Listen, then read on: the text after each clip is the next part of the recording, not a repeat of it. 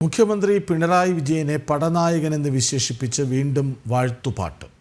ഇരുളടഞ്ഞ പാതയിൽ ജ്വലിച്ച സൂര്യനെന്നും പാടവും പറമ്പും കേരമൊക്കെയും പടക്കളമെന്നും പുകഴ്ത്തൽ. സെക്രട്ടേറിയറ്റ് എംപ്ലോയീസ് അസോസിയേഷൻ്റെ സുവർണ ജൂബിലി മന്ദിരം ഉദ്ഘാടനത്തിൻ്റെ ഭാഗമായാണ് പാട്ട് തയ്യാറാക്കിയത്. വ്യക്തി ആരാധന പാട്ട് ഇതിനോടകം വിവാദത്തിന് തുടക്കമിട്ട് കഴിഞ്ഞു. വിപ്ലവത്തിൻ ജയിലറകൾ താണ്ടിയും ശക്തമായ മർദ്ദനങ്ങളേറ്റ ധീര സാരഥി സമരധീര സമരധീര സമരധീര സാരഥി പിണറായി വിജയൻ. കാവലാൾ എന്ന് തുടങ്ങുന്ന 5 മിനിറ്റും 27 സെക്കൻഡും ദൈർഘ്യമുള്ള ഗാനം മുഴുവനും പിണറായിയുടെ വാഴ്ത്തുപാട്ടാണ്. ഇരുളടഞ്ഞ പാതയിൽ ജ്വലിച്ച സൂര്യനെന്നും പാടവും പറമ്പും കേരളമൊക്കെയും പടക്കളമെന്നും ഫിനിക്സ് പക്ഷിയുമെന്നുമൊക്കെ നിലയ്ക്കാത്ത പിണറായി വാഴ്ത്തലുകളാണ് പാട്ടിൽ ഉടനീളം.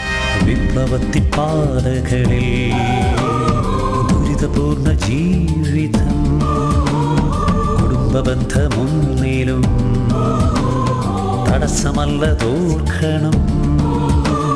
സമരജ്വാലയിലെ പഠനകാലമാകെയും വിവാദ തിരുവാതിരപ്പാട്ടായ കാരണബോധത്തിന് ശേഷം മുഖ്യമന്ത്രിക്ക് വാഴ്ത്തുപാട്ടുമായി എത്തിയിരിക്കുന്നത് സെക്രട്ടേറിയറ്റിലെ ഇടതനുകൂല സംഘടനയിലെ ഉദ്യോഗസ്ഥരാണ്.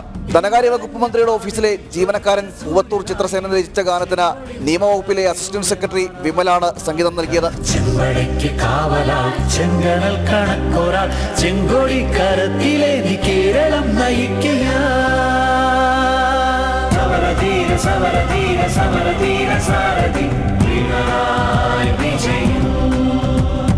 പിണറായി വാഴ്ത്തലിന് പിന്നിൽ സംഘടനയിലെ ചേരിപ്പോരാണ് എന്നാണ് അടുക്കള ഭാഷ്യം. സെക്രട്ടേറിയറ്റ് എംപ്ലോയീസ് അസോസിയേഷൻ ഭരണസമിതിയുടെ തലപ്പത്തുള്ള പി ഹണിക്കാണ് മുഖ്യമന്ത്രിയുടെ പിന്തുണ. ഈ പിന്തുണ ഉറപ്പിക്കാനാണ് ഗാനം തയ്യാറാക്കിയതെന്നും അടക്കം പറച്ചിലുകളുണ്ട്. പാട്ട് പുറത്തായതോടെ പാർട്ടിയിലെ പിണറായി വിരുദ്ധരും പ്രതിഷേധമുയർത്തുന്നുണ്ട്. ഇനി അറിയേണ്ടത് നാളെ നടക്കുന്ന ജൂബിലി മന്ദിരത്തിന്റെ ഉദ്ഘാടന ചടങ്ങിൽ വാഴ്ത്തുപാട്ട് ഉയർന്നു കേൾക്കുമോ ഇല്ലയോ എന്നാണ്. ജനം, തിരുവനന്തപുരം.